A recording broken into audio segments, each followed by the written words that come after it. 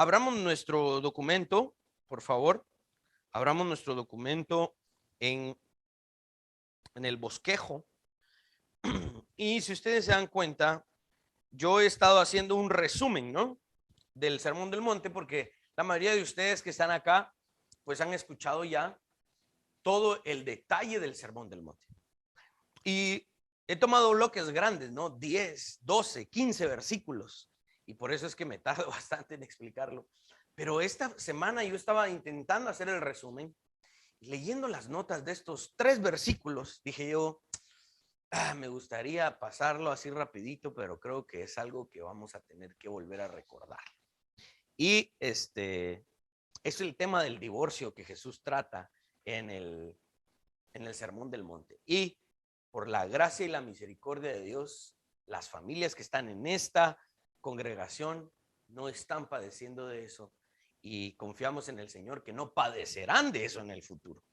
Pero por tal razón creo que va a ser importante volver a recordar esto desde la exégesis, ¿no? Desde el análisis del verso, o de estos 3 versos como tal.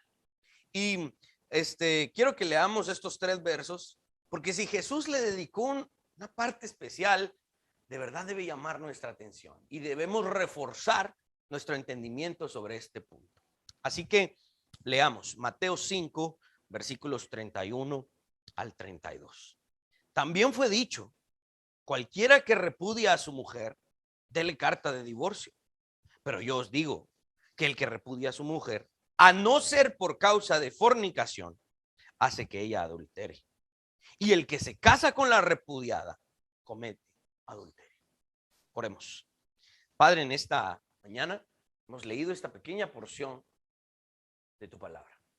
Estas palabras que nuestro Señor Jesucristo pronunció en medio de este discurso, muy enfáticas, unas palabras muy claras, y yo te ruego que me ayudes a mí como ministro del Evangelio a poder explicar esto con claridad, y que todos los que estamos aquí seamos edificados por lo que estamos leyendo y entendiendo. En el nombre de Jesús, amén. Sí, amén. Muy bien. De nuevo, esta porción debemos entenderla desde los argumentos de la redención, desde la luz de la redención, porque el concepto de la redención nos va a guiar a entender cuál es el propósito final de estas palabras en el Sermón del Monte. La palabra repudiada, aquí, repudiada, nos ayuda a recordar que como pecadores éramos precisamente eso, repudiados. Nadie quería, y aunque quisieran, nadie tenía la capacidad de redimirnos. Nadie tenía lo que se necesitaba para redimirnos, excepto Jesucristo. Nosotros mismos nos pusimos en el lugar de repudiados, porque nosotros mismos nos hicimos repudiar por el pecado que cometimos. Y por eso no valíamos la pena, excepto cuando Jesús dijo, sí, yo los quiero redimir. Nuestro Redentor se acercó a nosotros, los repudiados, para extendernos misericordia. En las tierras árabes, tanto del Antiguo Testamento como de lo que amanecemos en el primer siglo, estas tierras que vamos a hablar ahorita en este momento en el contexto, son tierras diferentes al pueblo de Israel. Se le llamaba tierras arábigas. Y en esas tierras arábigas, porque la cultura árabe predominaba, y aún, digamos, en algún sentido en el Medio Oriente, en estas tierras, en la mayoría de estas tierras circundantes a Israel, se permitía que el hombre se divorciara de la mujer por medio de la palabra. ¿Sí? Estaban casados después de 5, 10 años, 20, 25 años, y hoy el hombre se levantó con las chancletas al revés y le dijo, mira, ya no sos tú, soy yo, adiós, ¿verdad? Y se le permitía a estos árabes repudiar a sus mujeres, separarse de sus mujeres, simplemente diciéndoles que ya no, que se fueran y ya. Por eso tal vez la costumbre nos ayuda a entender cómo es que Abraham despidió a Agar, ¿se recuerdan? Que le dio un poco de agua, un pan. Dios va allá, que Dios te ayude. O sea, esa era la costumbre en las tierras circundantes, ¿no? Ahora, en algún sentido, cuando la ley viene a Israel, Israel marca una diferencia. Porque aunque la ley permitía el divorcio en Israel, no era tan simple. En el sentido de ya solo con la palabra y adiós, ¿no? La ley en el Israel, en medio de esas tierras arábigas, daba más dignidad a la mujer. Y no era tan sencillo divorciarse. Dice Fred White en su libro Usos y costumbres de las tierras bíblicas o de los tiempos bíblicos. Estas costumbres de divorcio sin duda prevalecían en las tierras gentílicas en los tiempos del Antiguo Testamento. Fue por esta razón que la ley de Moisés limitaba el poder del marido para divorciarse de su esposa, pues debía darle un acta de divorcio escrita, según Deuteronomio 24:1. Así la costumbre judía del divorcio es superior a la arábiga. Sigue diciendo Fred White que es importante recordar que el pecado del adulterio no tenía nada que ver con el asunto del divorcio bajo la ley judía. Ese pecado era castigado con muerte, según Levítico 20:10, Deuteronomio 22:22, por apedreamiento, tanto del hombre como de la mujer. Es decir, si un hombre cometía adulterio, este era el que tenía que morir, la mujer no. Si la mujer cometía adulterio, era ella la que tenía que morir. ¿Ah? Bueno, y si el hombre cometía adulterio con otra mujer, pues tanto el hombre y esa mujer adúltera tenían que morir. En algún sentido, la ley de Moisés vino a proteger a la mujer. Ahora, que hoy digamos, pero es que le faltaba proteger más a la mujer, bueno, esa es una discusión aparte, se le llama anacronismo, ¿no? Porque estamos midiendo lo que sucedía en el Antiguo Testamento con los estándares de hoy, y no necesariamente tenemos que hacer eso. Tenemos que medir lo que sucedía en el Antiguo Testamento con los estándares del Antiguo Testamento, y debemos hacer un esfuerzo para aplicar eso, como dice la Confesión de Fe de Westminster, la equidad general de eso hoy en día en nuestra sociedad moderna. Pero obviamente no vamos a ahondar en eso, sino que nos vamos a dedicar al tema que en estos versículos estamos analizando. Este es el punto. Desde que la ley de Moisés vino, y más que eso, de hecho Jesús en Mateo 19 lo habla, dice, el divorcio nunca fue y nunca será el ideal. Nunca. Porque Dios aborrece el divorcio, ¿sí? Y vamos a hablar un poquito, a profundizar un poquito más de eso. Continuando con el contexto histórico sobre el divorcio, de acuerdo a Deuteronomio 24, las causas del divorcio siempre tenían que ser pecaminosas. Las causas del divorcio nunca eran solo porque sí, solo porque ya no me gustó, solo porque, es que subió de peso, es que ya no me gustó cómo se le puso el pelo, es que ya no me gustó mira, es que la embaracé y mira cómo me sacó al niño, no me gustó. No, no podían ser esas razones superficiales, no. Las causas del divorcio en la ley judía tenían que ser pecaminosas, no podían ser de otra manera. Es decir, por haber hallado en ella alguna cosa indecente, ¿ok? De acuerdo al original, al idioma original, algo vergonzoso, algo expuesto y castigable, a tal punto que no se podía cohabitar con ella. O sea, el hombre tenía que decir, no, lo que esta mujer hizo, no se puede, ya no se puede vivir con ella. Y lo que hizo fue pecaminoso. Y de acuerdo a la ley, merece el mayor castigo. En ese caso, entonces, el último recurso era el divorcio. Pero la ley nunca alentó el divorcio. Al contrario, lo limitó con tal de que no sucediera. ¿Ok? Lo vamos a analizar un poquito más adelante, pero en el contexto lo podríamos resumir de la siguiente manera. El divorcio fue algo que Dios nunca demandó. Que permitió por la dureza del corazón, es otra historia. Pero nunca fue algo que Dios dijo, háganlo. Yo estoy de acuerdo con ello. Jamás vamos a ver en la escritura que Dios puso un corazón dispuesto para alentar el divorcio. No, al contrario, porque sigue siendo lo contrario al matrimonio.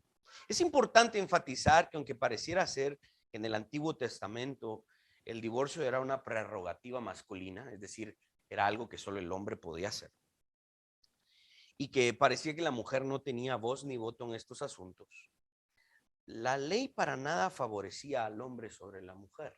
¿Ok? Esto es bien importante entenderlo, porque el primer pensamiento que siempre se tiene es, sí, es que la cultura era machista, incluso la cultura israelita, bíblica. En efecto, hay que hacer la diferencia entre la cultura judeo-cristiana, sí le da un lugar primordial al varón por diferentes razones. Yo creo que la razón más fuerte es porque la forma en la que el Dios creador se revela es varonilmente, nunca se revela femeninamente, siempre se revela varonilmente. Es el Padre, el Hijo, el Espíritu Santo, ¿sí? Y por alguna razón, Él decidió revelarse como varón para que lo entendamos de esa manera. Dios no envió una hija a morir por nuestros pecados, Él envió un hijo a morir por nuestros pecados, ¿sí? Por alguna razón eso sucedió y podemos analizar otras, pero aunque en efecto hay una preeminencia varonil, eso es muy diferente a decir que la cultura era machista. El machismo es pecado. La preeminencia varonil no. Es un asunto de diseño. Es un asunto de voluntad divina. No es un asunto de pecado. El pecado del machismo viene, incluso ahí podríamos, algunos argumentan que podría decirse que es a causa de la mujer, porque ella quiere poseer a su marido, el marido responde con enseñorearse pecaminosamente. Ahí nace el machismo, pero ese ya es una actitud pecaminosa que nace en las criaturas. No es una actitud revelada. La preeminencia del varón es revelada.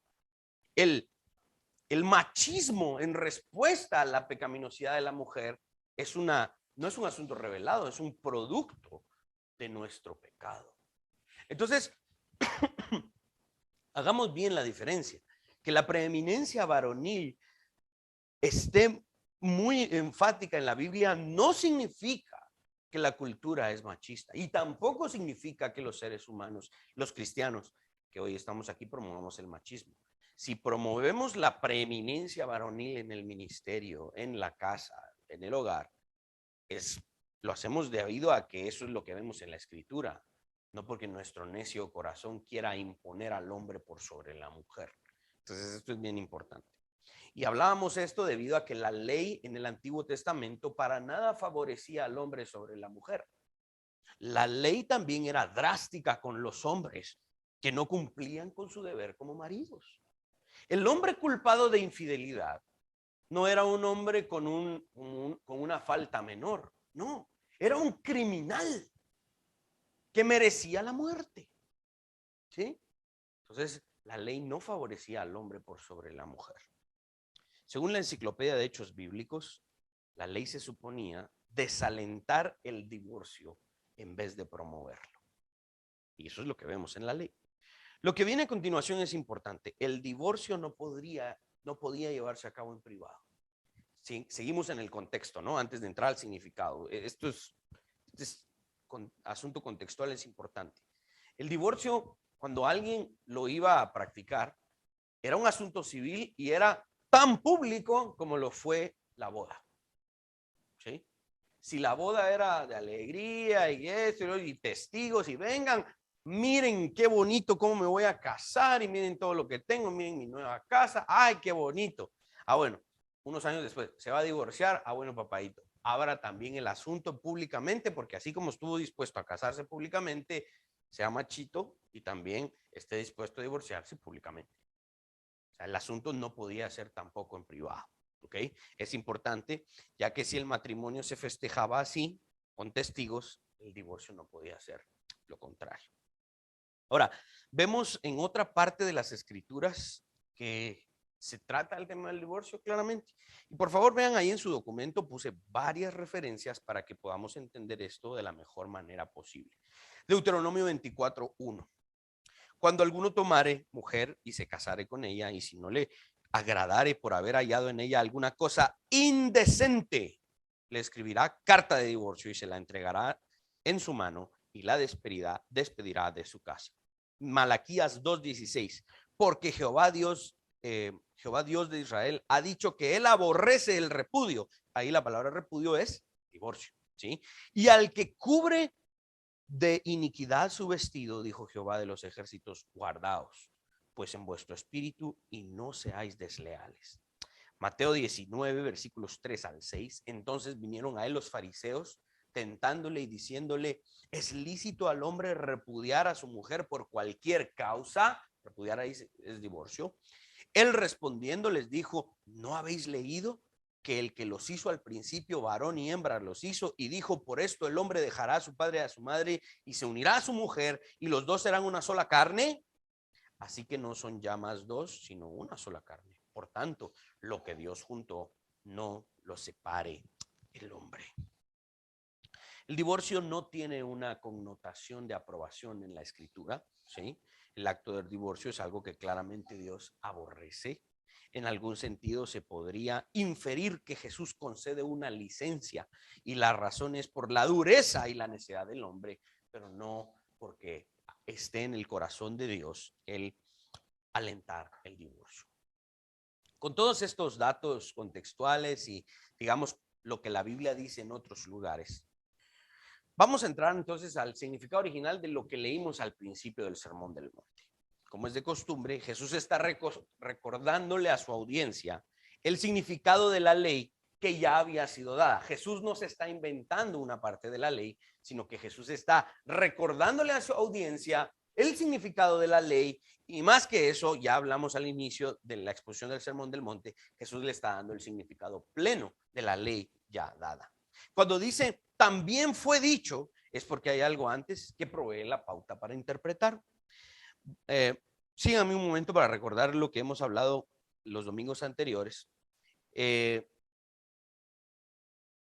Sermón del Monte es una unidad indivisible, es un discurso. No está dividido, sino que debe trabajarse como una unidad. Nuestro entendimiento es que no podemos entender el pasaje que hoy estamos leyendo, los versículos 31 al 32, sin haber entendido los versículos 17 al 20, cuando Jesús enseña sobre la ley. Mateo 5, 21 al 22, el enojo entre los hermanos, llamarle necio al hermano. Del 23 al 26, la reconciliación entre hermanos y la responsabilidad de los discípulos para con los no creyentes. Mateo 27 al 30, el adulterio y las malas intenciones. Todos estos son pasajes que deben ser interpretados basados en lo que Jesús dijo sobre la ley en los versículos 17 al 20. ¿Qué fue lo que dijo Jesús ahí? Yo no he venido a abolir la ley, sino a cumplirla, ¿sí? Y si nos damos cuenta, después de que Jesús enseña sobre la ley, la eternidad de su ley, la pureza de su ley, lo justo y rectos que son sus mandamientos, los siguientes pasajes, los que acabamos de describir, son ejemplos, la práctica de esa maravillosa ley que ya había sido revelada. Digamos que lo que estamos leyendo hoy son derivados del concepto de la ley. Por lo tanto, primero recordemos, de cierto os digo que hasta que pasen el cielo y la tierra, ni una jota ni una tilde pasará la ley. Teniendo en cuenta eso, con esa base debemos entender la frase también fue dicho. Es decir, cuando Jesús dice, miren, mi ley es tan perfecta y tan eterna que todo lo que ustedes ven, es un lenguaje hiperbólico, ¿no? Todo lo que ustedes ven podría ser destruido, pero mi ley no. Así de importantes es entender el concepto de la ley. La ley perdura. Jesús no se estaba inventando nuevas leyes. Eran las que ya existían. Debido a eso también fue dicho. Es decir, se había dicho, se entendía que en el primer siglo ellos entendían que si alguien repudiaba a su mujer le tenían que dar carta de divorcio. Ahora, entendamos de nuevo aquí lo que significa repudiar. Repudiar no significa aborrecer o tener repulsión por la persona.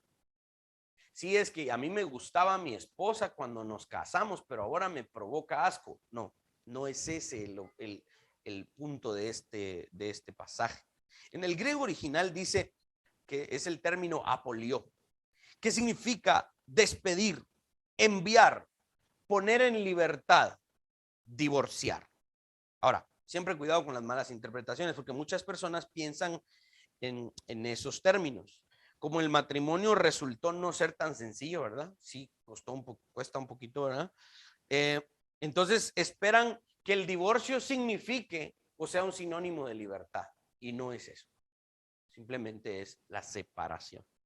Si la palabra repudiar aquí no tiene una connotación de repulsión, de asco por la persona, de fastidio, entonces la resolución de Jesús cobra mucho sentido, porque Jesús deja como único causal para el divorcio la infidelidad o la inmoralidad sexual. Claro que previo a un divorcio, los cónyuges sí podrían llegar a tener un concepto bajo del uno del otro, ¿no? Y eso lo hemos visto, ¿no? Lamentablemente hay personas que después de que el esposo falló, la esposa falló, de verdad ya no se toleran, ya no se aguantan. Eso es algo que no necesariamente vemos en la escritura, pero sí puede llegar a suceder. Ahora, cuando una vez un amigo me dijo, sí, vos ahí mira que me tuve que divorciar, que esto y lo otro, que aquella hizo aquella, aquí, allá. Entonces yo le digo, tranquilo, tranquilo, ¿verdad? Porque Dios mismo pasó por un divorcio. Dios aborrece el divorcio porque él mismo tuvo que pasar por él. Él se divorció de la Jerusalén apóstata del primer siglo. La interpretación que damos de Apocalipsis es que en estos capítulos vemos que lamentablemente la que él había adoptado como su esposa, él mismo dice en los profetas que para Israel él había sido como un marido.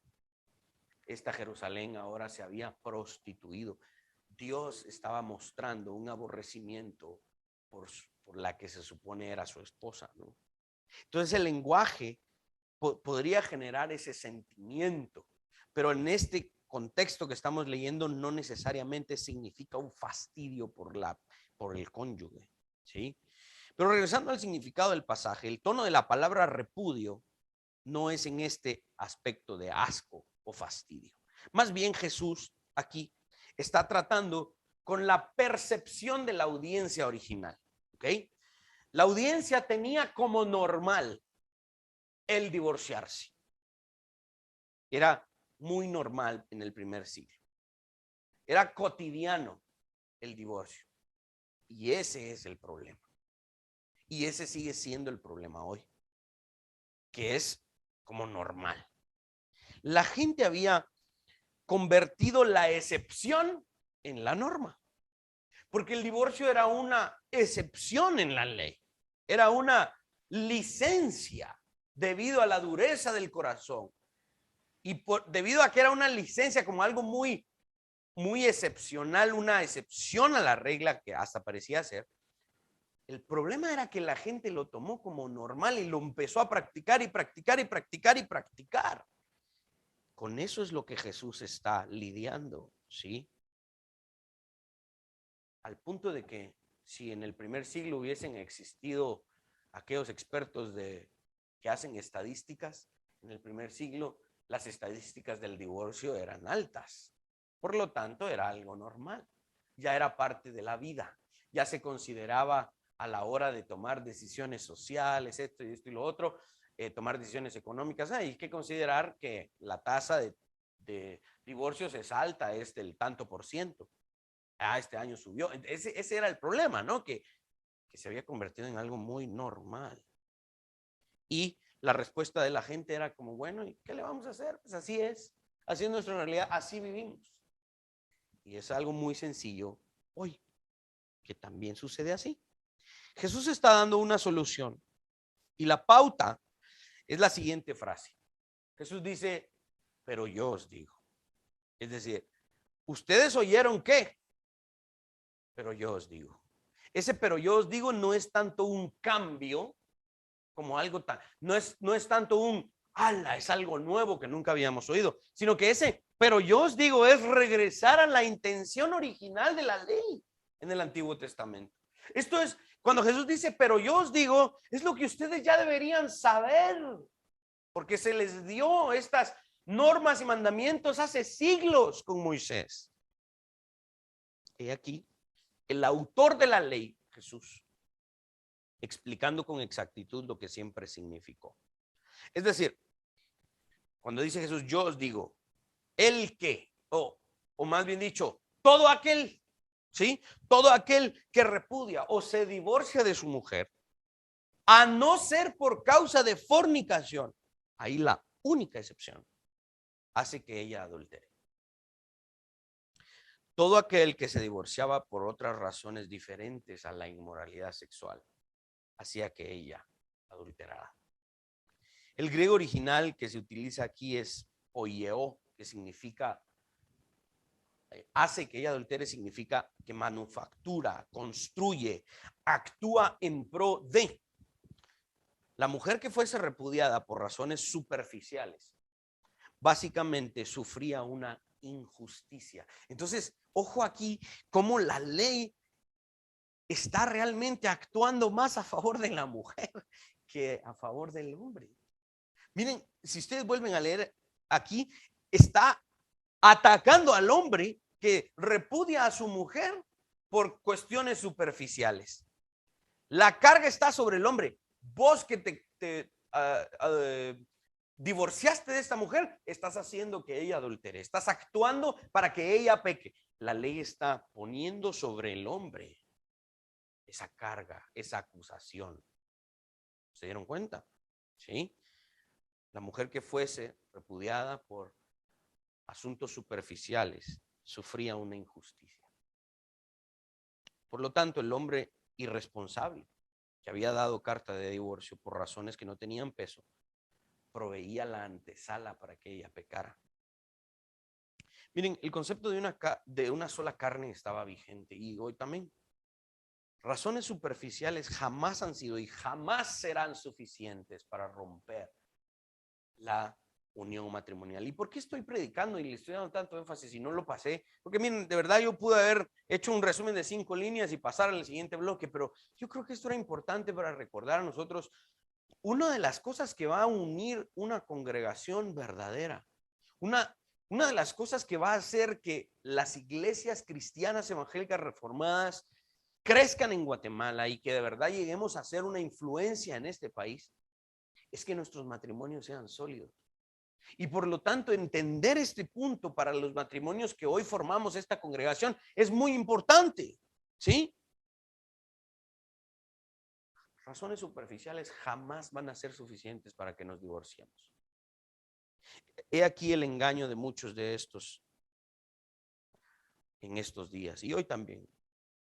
Porque en el primer siglo, lo que los hombres creían es que si el juez le otorgó carta de divorcio, si el sacerdote, el líder civil de ese momento, le otorgó carta de divorcio, le aprobó al hombre divorciarse para la ¿cómo se llama? Para la mujer, pues bueno, ya me dieron permiso de divorciarme. Me dieron permiso de divorciarme, bueno, voy a buscar otro marido. Ese era el problema. Lo trataban como algo muy simplista, ¿no? La palabra ley de Dios seguía siendo vinculante, aunque un juzgado les otorgara un papel, ¿sí? Firmado y sellado que los acreditaba como divorciados, pero delante de Dios no tenía validez. La mujer podría llegar con otro hombre y decirle, mira, ya me divorcié de aquel, va. Y yo he visto que vos y yo, pues hemos cruzado miradas allá en el mercado, ya estoy libre, ¿va? ¿Le entramos o no le entramos? ¿Va? Entonces, las mujeres andaban tranquilas porque tenían un papel que las acreditaba como divorciadas. Y ese era el problema. Que significaba libertad, significaba ahora puedo volver a soñar. No. Delante de Dios, ese papel no valía nada si las intenciones del corazón estaban mal. Ahora, regresando un poquito al contexto, la vida de una mujer repudiada o divorciada en ese momento era muy difícil. ¿Okay? Quedarse como repudiada era una situación casi insostenible. Encontrar otro hombre que la redimiera se convertía en una meta, ¿sí? Y entrar en un nuevo matrimonio por falta de esposo era una meta a conseguir, ¿no? Y es por eso que digamos que Noemí, cuando regresa a Israel, se llama Mara, amargada, ya que estar sin esposo era duro para las mujeres.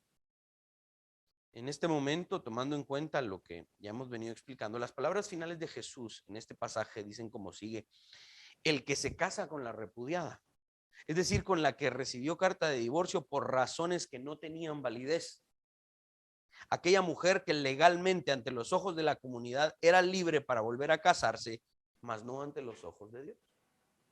Este es el problema, ¿no? Las mujeres andaban buscando, y a veces era hasta muy causa de mucha alegría, ¿verdad? Sí, miramos, gracias a Dios me divorcié de aquel y me dio carta de divorcio, y aquel me quería, tiene más pisto, tiene más esto, tiene más que, me fue mejor. Entonces se convertía en un problema no solo de los hombres, sino que de las mujeres. Era un intercambio de mujeres, como que uno se cambia de túnica. Ese era el problema. Con eso es lo que Jesús está lidiando en el primer siglo. ¿Ok? Ese era el problema. Los hombres habían normalizado el asunto. Habían mujeres que andaban básicamente ofreciéndose. Mirá, aquí está mi certificado de divorcio. Estoy libre. Démosle. ¿Verdad? Y estas mujeres se engañaban porque creían estar libres de su compromiso anterior. Jesús dice ahí mismo lo que estamos estudiando: y el que se casa con la repudiada comete adulterio. Entonces vean cómo esto se vuelve una cosa peor que Pasión de Gavilanes, ¿verdad? Peor que las novelas mexicanas, porque el chato se divorciaba por cosas que no le gustaban. Pues, me hizo muy flacas las tortillas, se le quemaron los frijoles, no me gusta cómo me cose el maíz. Ahí está tu carta de divorcio, adiós. Y entonces la mujer no peleaba por decir: momento, la ley no te permite divorciarte de mí por eso. Si te vas a divorciar de mí, tendría que ser un asunto más grave. Y la mujer no peleaba, sino que la mujer decía: bueno, está bueno, hay otro allá que tiene más pisto. Y entonces el otro que la recibía también pecaba. Este es el problema. Dice el dicho: todos tenían la barba manchada. Es decir, el que recibía a una mujer repudiada tenía que haber dicho: momento, tú te divorciaste, ¿por qué? Porque aquel ya no me quiso. No, pero ¿cometiste un pecado de inmoralidad? No. Él te falló, él fue infiel. Tampoco. Entonces, ¿por qué te divorciaste? No, entonces el otro la recibía así: bueno, ya está tu certificado, venite pues, va a ser mi tercera esposa. Y el otro feliz. Es que ese era el problema. Si ustedes analizan el verso, tiene que ver con esta situación en el primer siglo. Lamentablemente no es muy diferente a la de hoy, ¿verdad? Los hombres en su naturaleza caída se aprovechaban de esto para liberarse fácilmente de una mujer y aumentar su pecado. Algunos teólogos ubican el mal uso del divorcio como parte de la erosión de la familia en el primer siglo. El divorcio se suponía ser como lo que hoy llamaríamos la amputación de un brazo. ¿Por qué se le amputa un brazo a alguien? Bueno, pongamos el ejemplo de la gangrena, ¿no? La gangrena empieza a podrir el brazo poco a poco, y si no se corta, lamentablemente, de manera violenta, la gangrena puede seguir afectando el resto del cuerpo.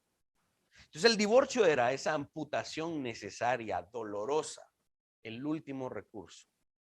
No era una herramienta para yo ser más feliz, para soñar con una nueva familia, para tener, no, era un hacha que había que usar en un caso demasiado extremo. Fred White dice que el Señor Jesús quitó todas las causas del divorcio bajo la ley. ¿Sí? Jesús quitó todas las causas del divorcio bajo la ley e hizo la infidelidad la única causa para el divorcio bajo la dispensación cristiana. Ralph Gower, otro escritor, en su libro Usos y Costumbres de los Tiempos Bíblicos, Fred White es de las tierras bíblicas, Gower es de los tiempos bíblicos, dice: al pueblo de Dios no se le dejó en la incertidumbre. El divorcio era inaceptable para Dios, según Malaquías 2:16. Y Jesús reiteró que lo que Dios había unido, el hombre no debía separar.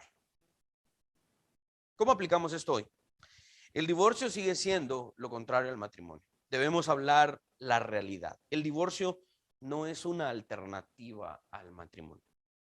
Sigue siendo el último recurso doloroso y violento para aquellos que trágicamente no pueden seguir adelante con su matrimonio. Y eso no significa que Dios haya dejado de aborrecerlo. El que Dios permita y diga, bueno, vas a tener que amputar ese brazo, yo no hubiese querido, pero hay que hacerlo.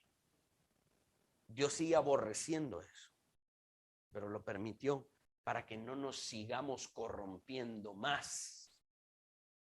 Ese es el sentido de esto, ¿ok?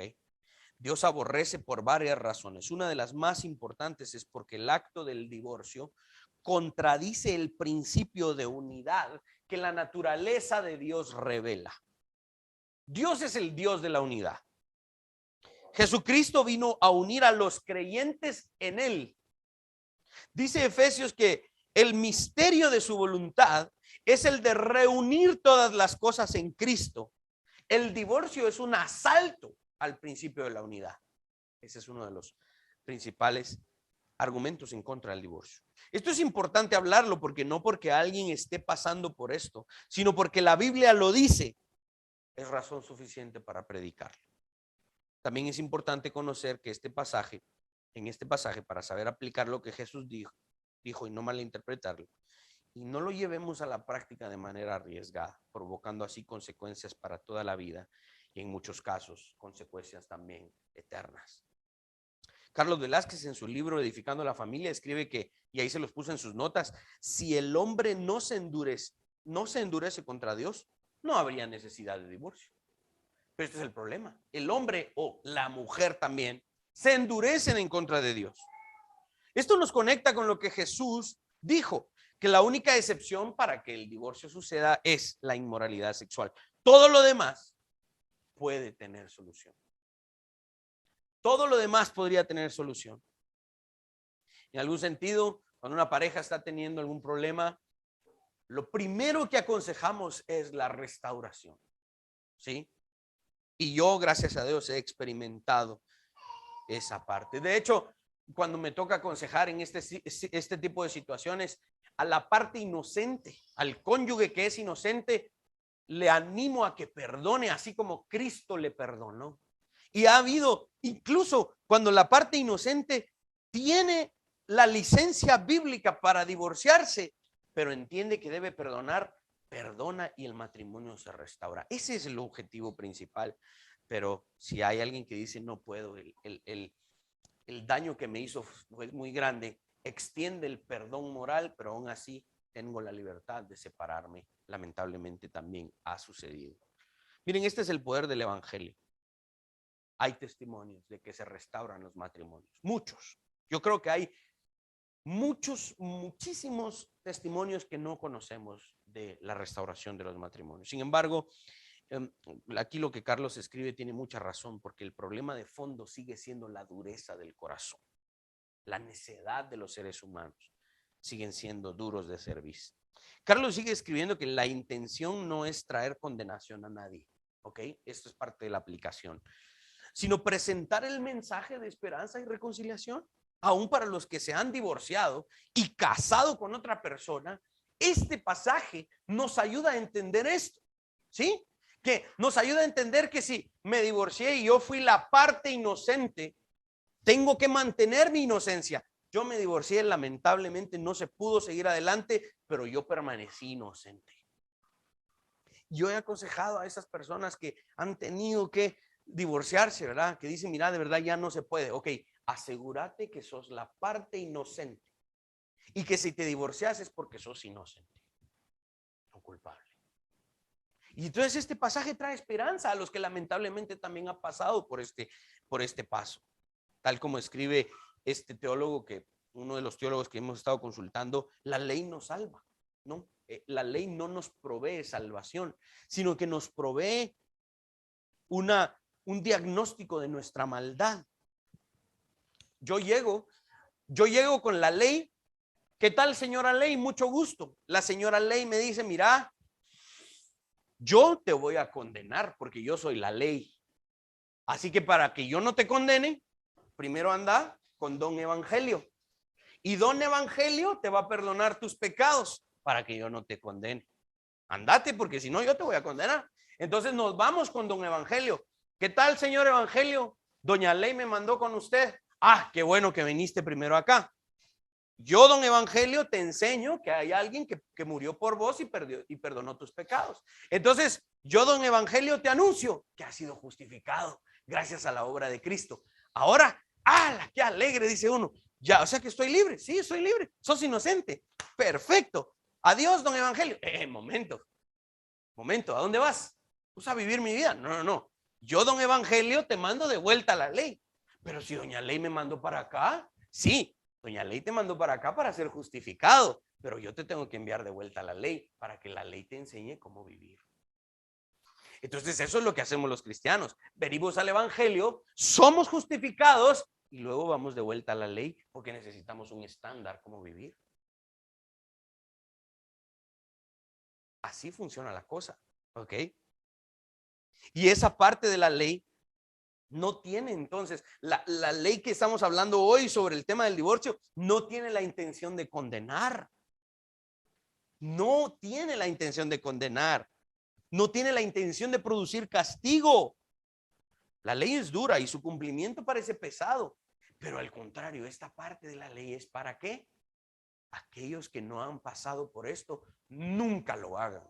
Y aquellos que ya pasaron por esto, entiendan que han sido justificados y han sido perdonados. Y de ahora en adelante, nunca más vuelvan a pasar por esto. Carlos termina escribiendo, si pide perdón a Dios y reconoce que es por la misericordia de Él, que ahora puede ser feliz, sí que la gracia de Dios es tal que no solo le perdonará, sino que le usará para animar a otras parejas a rehacer sus hogares. Yo creo que aquellas personas que lamentablemente pasaron por un divorcio, hoy, si entienden la gracia y la misericordia de Dios y han sido perdonados y han logrado rehacer su vida con otra persona, son las personas más indicadas para aconsejar a otros y animarles a vivir de acuerdo a la ley de Dios. Aquellos que nunca han pasado por un divorcio, entendamos el significado original de este pasaje y apliquémoslo de tal manera que la palabra divorcio ni siquiera se mencione en nuestra casa. Con Cindy tenemos esa regla. Por dura que sea la situación que estemos pasando, jamás vamos a hablar de divorcio. Y yo espero que en esta congregación, todos los matrimonios que estamos formándola, utilicemos esa misma estricticidad. Si sabemos que Dios aborrece el divorcio por algo tan duro que mi cónyuge me haya hecho, mi primer motivo debe ser perdonar y nunca intentar dar pasos hacia el divorcio, por duro que sea. Y recordemos esto, por mucho que mi cónyuge me haya ofendido, recuerden siempre esto, lo que yo le hice a Dios fue peor que lo que mi cónyuge me pudo haber hecho a mí. Aquellos que lastimosamente en su vida pasada ya pasaron por esto, es bueno que entiendan que este pasaje enseña sobre el arrepentimiento y crean que el poder restaurador del Evangelio puede maravillosamente, por medio de la gracia, hacer que vivan una mejor vida y ni siquiera regresen por ese camino nunca más.